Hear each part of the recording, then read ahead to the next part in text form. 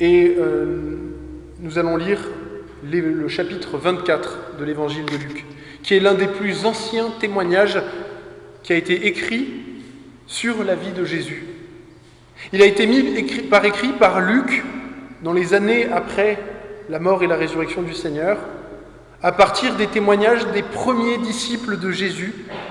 Luc était un proche collaborateur de l'apôtre Paul et il connaissait personnellement les disciples et les apôtres qui étaient vivants à cette époque. Je lis donc, ça sera un peu long, mais tout le chapitre 24 de l'évangile de Luc. Je vous le lis. Mais le premier jour de la semaine, les femmes vinrent de grand matin au tombeau pour apporter les parfums qu'elles avaient préparés, et plusieurs personnes les accompagnaient. Mais elles trouvèrent que la pierre qui était à l'entrée du tombeau avait été enlevée. Et étant entrées dans le tombeau, elles ne trouvèrent pas le corps du Seigneur Jésus. Et comme elles ne savaient pas quoi en penser, voici que soudain 2 hommes se présentèrent à elles. Ils étaient revêtus de vêtements étincelants. Elles furent alors effrayées, et tandis qu'elles baissaient le visage contre terre, ces hommes leur dirent : « Pourquoi cherchez-vous parmi les morts celui qui est vivant ? Il n'est pas ici, mais il est ressuscité. Souvenez-vous de quelle manière il vous a parlé lorsqu'il était encore en Galilée. Il disait : il faut que le Fils de l'homme soit livré aux mains des hommes méchants, qu'il soit crucifié et qu'il ressuscite le 3e jour. » Et les femmes se souvinrent de ces paroles. Étant revenues du sépulcre, elles allèrent trouver les 11 et leur racontèrent ces choses. Parmi ces femmes, il y avait Marie de Magdala, il y avait Jeanne, il y avait Marie, la mère de Jacques, et les autres qui étaient avec elle. Et elles racontèrent ces choses aux apôtres, mais ils ne les crurent pas. Et ils dirent que ce qui leur avait apparu n'était qu'une rêverie. Toutefois, Pierre se leva et courut au sépulcre. Arrivé là-bas, il se baissa et vit dans le tombeau que les bandelettes étaient à terre. Et il s'en alla, étonné de ce qui était arrivé. Ce même jour, 2 des disciples s'en allaient à une petite ville qui s'appelait Emmaüs et qui était éloignée de Jérusalem de quelques kilomètres. Et alors qu'ils marchaient en chemin, ils discutaient ensemble de tout ce qui était arrivé. Et pendant cette discussion, un homme s'approcha et se mit à marcher avec eux. C'était Jésus. Mais leurs yeux étaient empêchés de voir, de sorte qu'ils ne le reconnurent pas. Et Jésus leur dit : « De quoi discutiez-vous ensemble ? Et pourquoi avez-vous le visage si triste ? » L'un d'eux, nommé Cléopas, lui répondit : « Es-tu le seul étranger à Jérusalem qui n'est pas au courant des choses qui se sont produites ces derniers jours ? » Et il leur dit : « De quoi s'agit-il ? » Et ils lui répondirent : « Ce qui est arrivé à Jésus de Nazareth, qui était un prophète, puissant en parole et en actes devant Dieu et devant tout le peuple. Et comment les principaux sacrificateurs et nos anciens l'ont livré pour être condamné à mort, et ils l'ont crucifié. Pour nous, nous espérions que c'était lui qui allait délivrer Israël. Et cependant, voilà déjà 3 jours que ces choses sont arrivées. Il est vrai que quelques femmes qui font partie de notre groupe ont été très étonnées, car étant allées de bon matin au sépulcre, elles n'y ont pas trouvé son corps. Et elles sont venues nous dire que des anges leur étaient apparus, et que ces anges ont dit que Jésus est vivant. Alors quelques-uns des nôtres sont allés au sépulcre et ont trouvé les choses comme les femmes l'avaient dit. Mais lui, ils ne l'ont pas trouvé. Alors, Jésus leur dit, « Ô homme sans intelligence, et au cœur si lent à croire tout ce que les prophètes avaient annoncé. Ne fallait-il pas que le Messie souffre ces choses et qu'il entre dans sa gloire ?» Puis commençant par les livres de Moïse, puis par ceux de tous les prophètes, il leur expliquait dans toutes les Écritures ce qui le concernait. Ainsi, ils s'approchèrent de cette petite ville où ils allaient. Mais Jésus fit comme s'il voulait continuer son chemin. Les disciples le supplièrent de s'arrêter en lui disant « Reste avec nous, car le soir commence à venir et le jour est sur son déclin. » Il entra donc pour demeurer avec eux.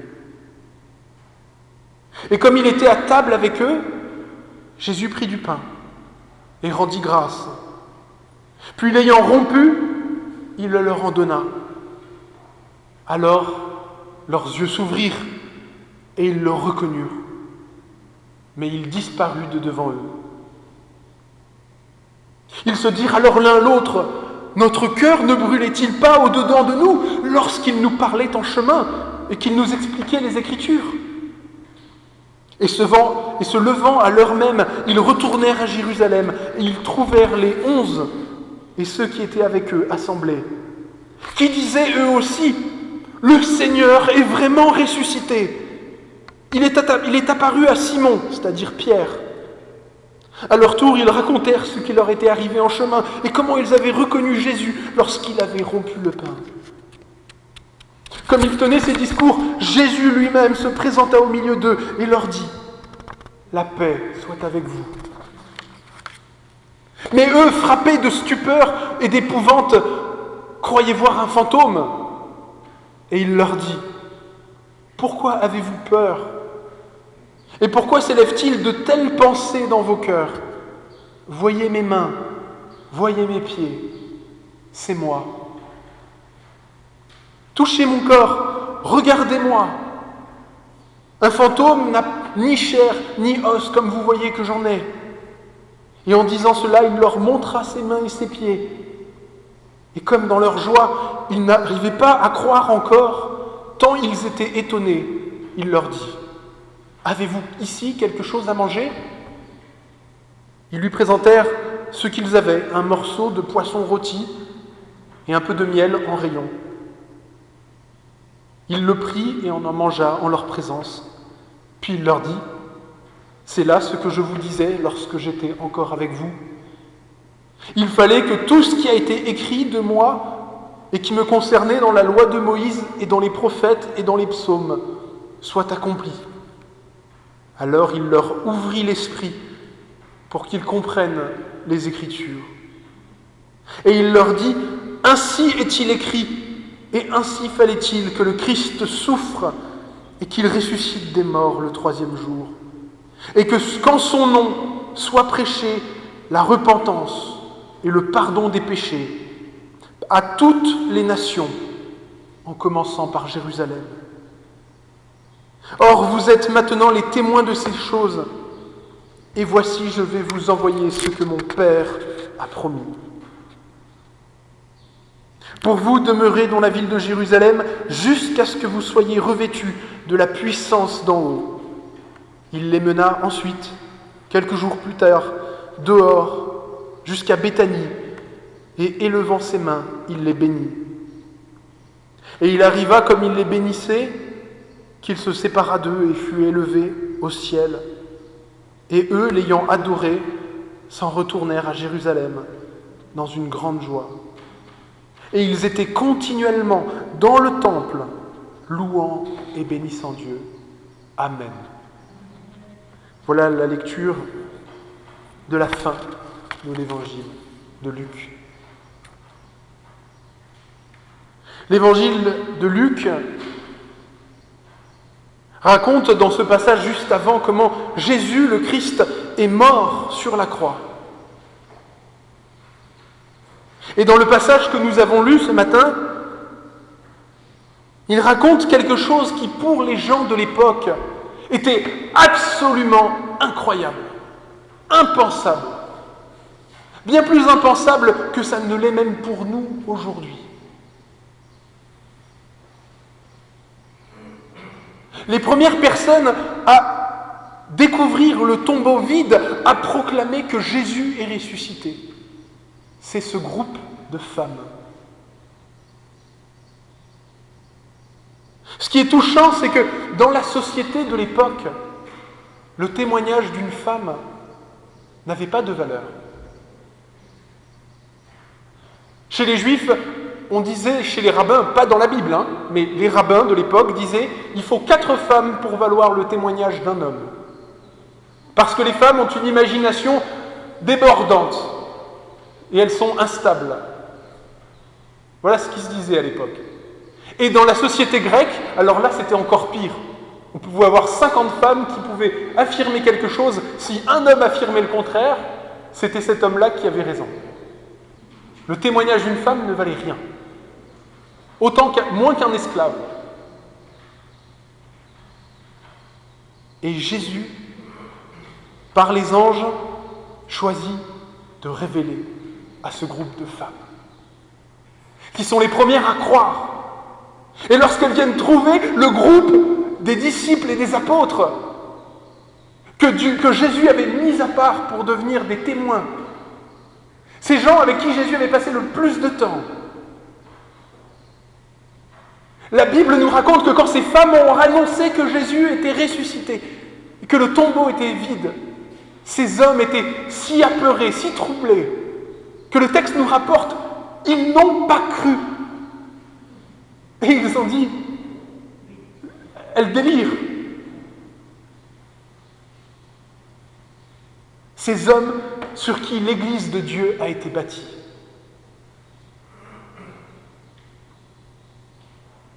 Vous voyez, ce n'est pas un texte qui se construit comme « il était une fois », une petite histoire. C'est ici, je dirais presque, c'est une scène de crime avec des témoignages véridiques. Et pour comprendre ce qui s'est passé dans la tête des apôtres, il faut reprendre la conception juive de la résurrection. Vous voyez, quand dans la Bible, dans l'Ancien Testament, il était annoncé qu'il y aurait un jour une résurrection des morts. Et les gens attendaient la résurrection des morts. Et ils savaient qu'un jour viendrait où, conformément aux promesses de Dieu, Dieu enlèverait le mal de l'univers. Il chasserait le péché.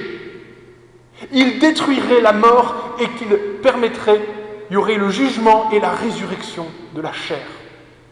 Et ça, c'était le seul peuple sur terre à avoir une telle attente. Les gens des autres nations pensaient qu'il y avait des réincarnations, qu'on mourrait pour revivre, pour mourir, pour revivre. Ou alors disaient, on ne sait pas. Mais le peuple de Dieu attendait la résurrection de la chair. Mais ils n'attendaient pas et ne savaient pas, n'avaient pas compris que le Messie ne ressusciterait pas de cette manière-là, particulière, finale, avant tous les autres. Vous voyez, Jésus aurait pu juste mourir pour nos péchés, et on aurait attendu je ne sais combien de milliers d'années, et là tout le monde aurait été ressuscité, et en même temps Jésus aurait été ressuscité. En même temps, tout le monde à égalité. Mais Dieu n'a pas voulu cela. Aussi, quand il est question ici de la résurrection de Jésus, on est en train de parler d'un Jésus qui est doté d'un corps nouveau, glorieux, immortel. Un corps qui est adapté pour vivre éternellement dans un monde où Dieu régnera en maître et où le mal et la mort ne seront plus. C'est pourquoi Jésus a un corps qui est à la fois pleinement physique, mais qui n'est pas limité par la matière. C'est pourquoi Jésus peut être touché, il peut manger, il est là présent, il parle, mais son corps peut apparaître au milieu d'une pièce fermée, il peut Il est pleinement spirituel, pleinement physique. Et c'est pour cela qu'il est important de comprendre que ce texte est en train de nous dire que ce que les disciples ont expérimenté, ça n'est pas la visite d'un fantôme. L'espérance chrétienne que les apôtres ont proclamée et pour laquelle ils ont témoigné, ça n'est pas que Jésus, quelque part, en eux, était un concept ou une idée qui vivait dans leur cœur de façon symbolique.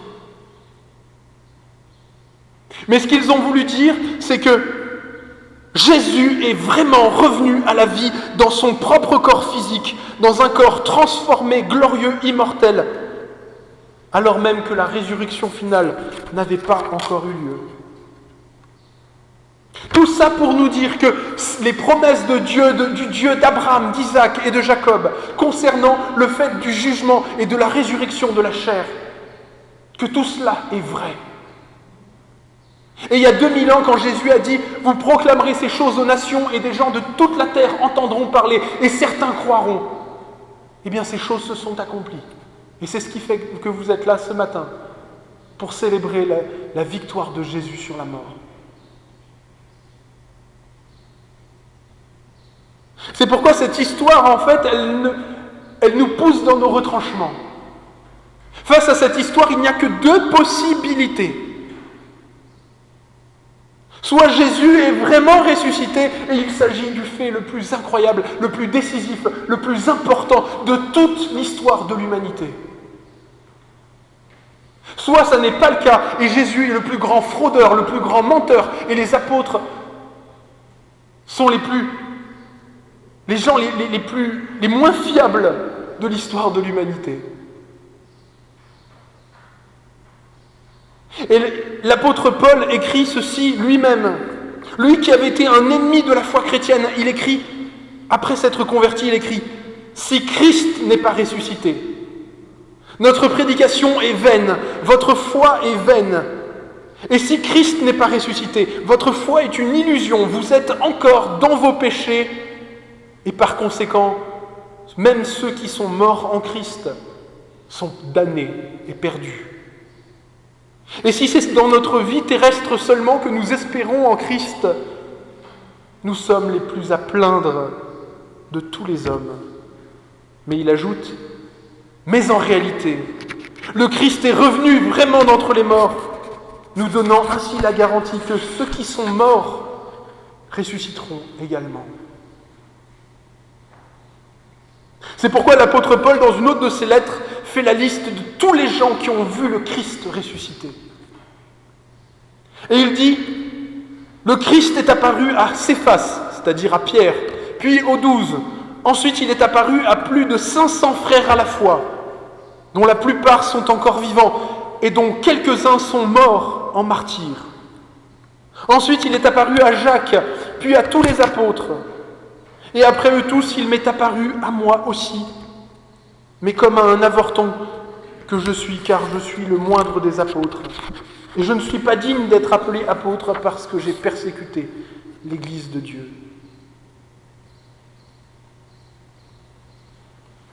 Que s'est-il produit il y a 1988 ans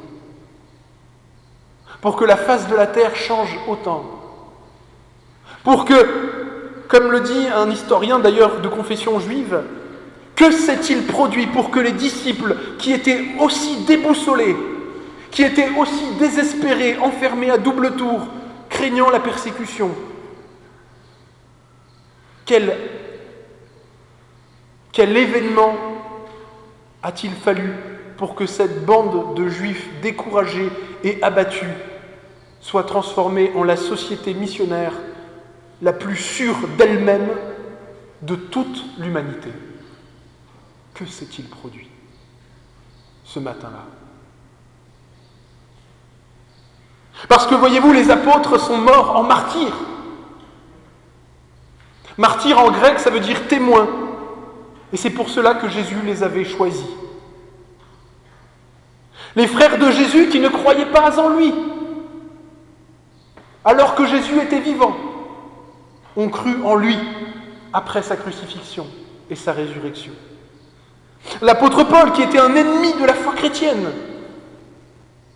et pourtant lui aussi mort en martyr pour le beau nom de Jésus. Et rappelons-nous, ils ne sont pas morts en martyr pour des idées, ils ne sont pas morts en martyr pour des valeurs ou des concepts philosophiques, mais ils sont morts en martyr pour ceci, pour témoigner de la véracité, que ce qu'ils avaient vu de leurs yeux, que ce qu'ils avaient touché de leurs mains était vrai. Ils ont vu le Christ ressuscité, vivant. Ils l'ont vu comme étant le premier-né de la nouvelle création que Dieu a promis qu'il allait faire advenir.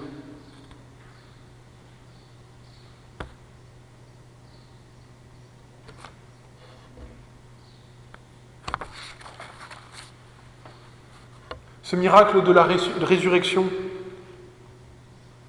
il est un signe que Dieu a déployé pour les apôtres, mais aussi pour nous, pour capter l'attention de tous ceux qui cherchent vraiment la vérité.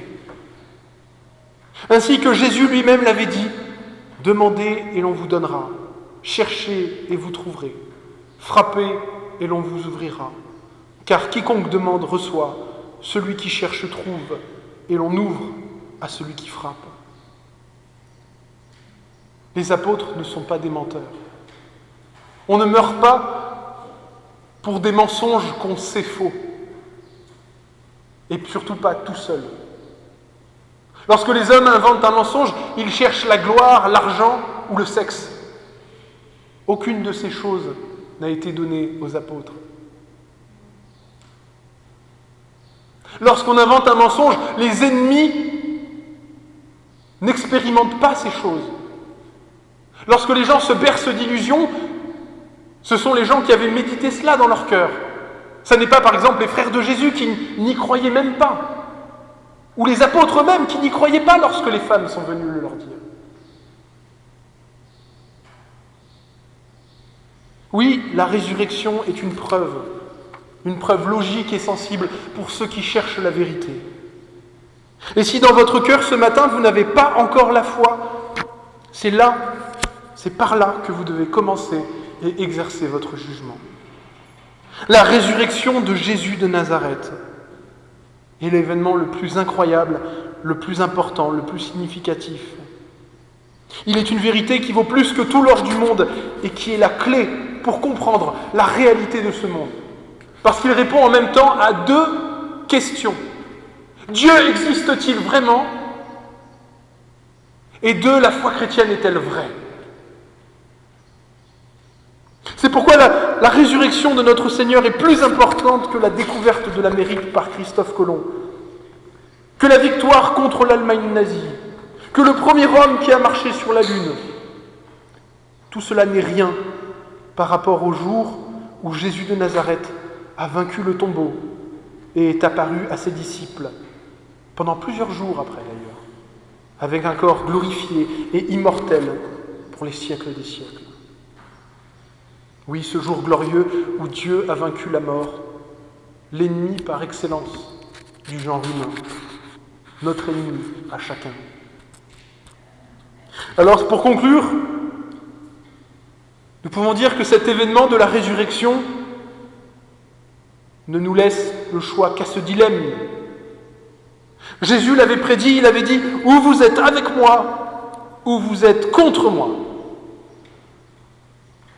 Où nous croyons et plaçons notre confiance, notre espérance, nous misons notre vie sur le témoignage des apôtres. Témoignage qu'ils ont proclamé sans arrêt jusqu'à leur mort. Soit nous espérons que Jésus est vraiment ressuscité, physiquement ressuscité, comme Dieu nous ressuscitera aussi physiquement.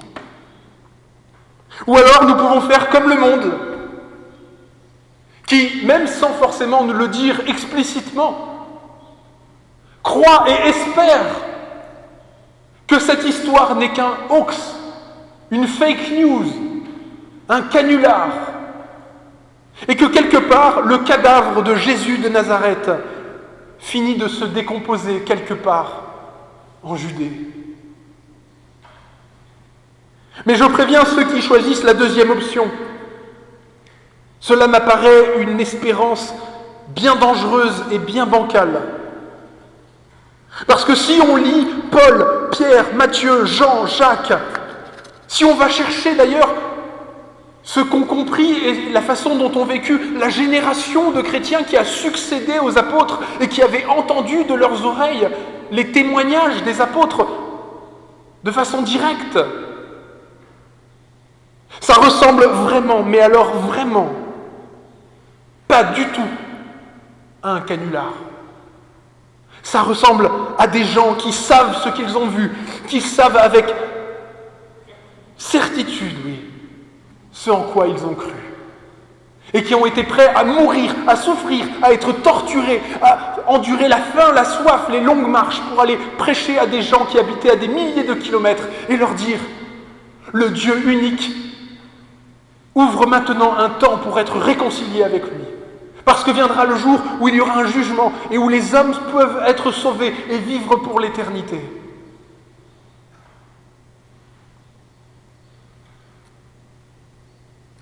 Et si comme je le crois, Jésus est bien le Christ, alors son retour dans la gloire, puisqu'il a promis qu'il reviendrait un jour, signifie pour tous ceux qui se confient en lui la vie éternelle. Non pas à cause de nos mérites, mais simplement parce qu'il nous a pardonnés. La réconciliation pleine et entière avec Dieu. La fin de ce monde où nous vivons au milieu des souffrances et de la mort. Mais pour ceux qui s'évertuent à rejeter le Seigneur, qui ferment leurs oreilles à la vérité, le retour de Jésus signifiera une éternité glaciale et triste, sans doute pleine de remords. Non pas parce que Dieu serait méchant, mais simplement parce que Dieu est juste. Et que seuls ceux qui sont purs et pardonnés peuvent rentrer pleinement dans la présence de Dieu.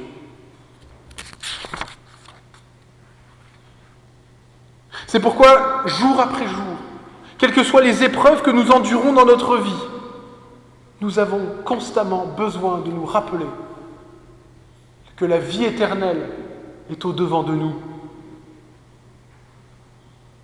Et que ce que Dieu nous prépare n'est pas juste une vie éthérée, c'est-à-dire dans les nuages comme un fantôme, mais une vraie vie. Et ça sera génial. Et on mangera encore. On sentira encore. Nos sens seront décuplés. Et surtout, nous serons dans la présence de Jésus. Nos mains le toucheront. Nous le verrons de nos yeux. C'est pourquoi nous devons lever nos yeux et regarder avec foi l'avenir. Dans notre marche chrétienne de tous les jours, nous avançons si peu et si lentement, parce que si souvent nous sommes accaparés par nos petites choses, nous avons le nez dans le guidon, on est focalisé sur ce qu'on va manger ce midi, sur la série qu'on va regarder ce soir, sur l'argent qu'on va gagner ou dépenser le mois prochain, ou sur les maux de dos qui me font souffrir, et souvent notre quotidien devient terne et triste. Alors qu'à portée de main, à portée de nos yeux, l'espérance est là, le réconfort est à portée de main. Le royaume de Dieu vient, les morts font ressusciter, et nous ressusciterons nous aussi. Et nous qui ne méritions même pas de manger les miettes qui tombent de la table, Dieu nous invite à manger avec lui. Dieu nous a rachetés et fait participants à son royaume éternel par la mort et le sang du Christ. Et la résurrection de Jésus nous le prouve. Les prophéties de Dieu nous le prouvent. Oui, ce Dieu unique et très haut qui s'est abaissé, qui est venu sur terre, qui nous a aimés d'un amour si grand qu'il est venu supporter les crachats, les insultes, l'humiliation, porter une croix et mourir sur elle. Tout ça pour que nous n'ayons pas à mourir, nous. Et il l'a prouvé. Oui, cette espérance est vraie, elle est sûre, et sa vérité me console, jour après jour, épreuve après épreuve. Oui, il est sûr le témoignage des apôtres qui ont scellé cette espérance de leur sang. Oui, elle est vraie. C'est pourquoi maintenant je vous laisse avec 2 questions à méditer cette semaine. Je crois que c'était ce que le Seigneur voulait nous dire ce jour de Pâques. La question que nous devons d'abord nous poser, c'est: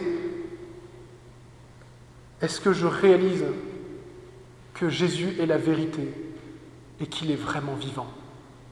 Et que c'est sûr, c'est certain. Et la deuxième question que nous pouvons nous poser après avoir établi celle-là, donc est-ce que Jésus est vraiment vivant? Est-ce que j'accepte cela? La deuxième, c'est peut-être même pas vraiment une question, c'est juste: est-ce que je laisse la pensée, le souvenir de la vie éternelle, de la promesse de la vie éternelle, changer mon quotidien, m'interpeller, me consoler? Est-ce que je me laisse consoler par la pensée de la vie éternelle qui est vraie, qui est une promesse certaine que Dieu nous a faite? Voilà, je crois. Et maintenant, pour conclure, je vais prier. Prions.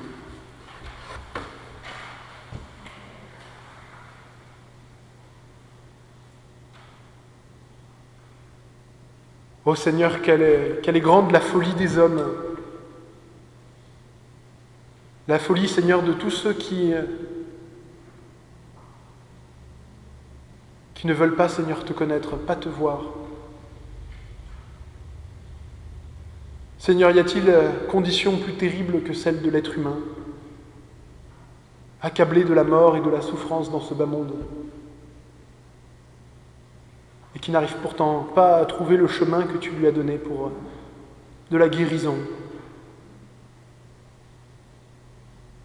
Mais à nous, Seigneur, tu nous as donné ce témoignage sûr et certain que nous pouvons contempler en tout temps.